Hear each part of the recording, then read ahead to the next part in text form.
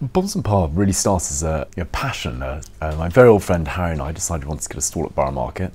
Totally failed to do that, but found that we had a jelly company on our hand. From there, found ourselves taking on ever more ambitious projects and doing food installations the size of buildings. I'm Sam Bompus. I'm a founder at Bomson Bar. We're architectural foodsmiths, and basically what we try and do is every day create wonders to do with food that surprise and delight. I honestly don't think that we could live or be based anywhere else. London's chock full of super talented people. It's a place which is very, very sort of in touch. You're able to be in touch with the sort of world's zeitgeist, which is great in terms of being very, very innovative. Hello, Harry. Hello. Today I'm working on the design of a couple of bars in Dublin. I tend to look at more of the detailed aspects of the work that we're doing.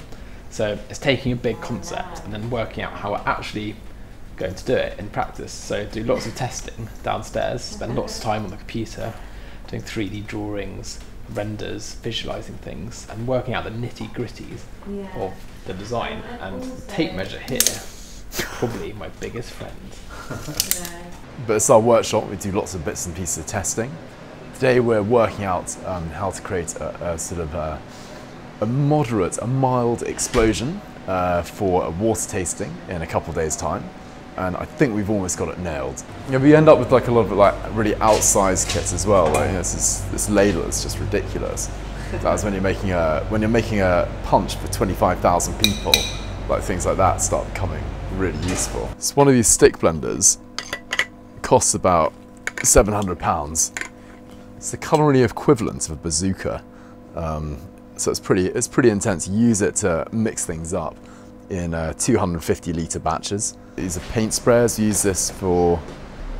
used it to make a 6.5 foot a meringue, which had a transvestite jump out of it for Lanvin, the fashion label. He sung everyone a song.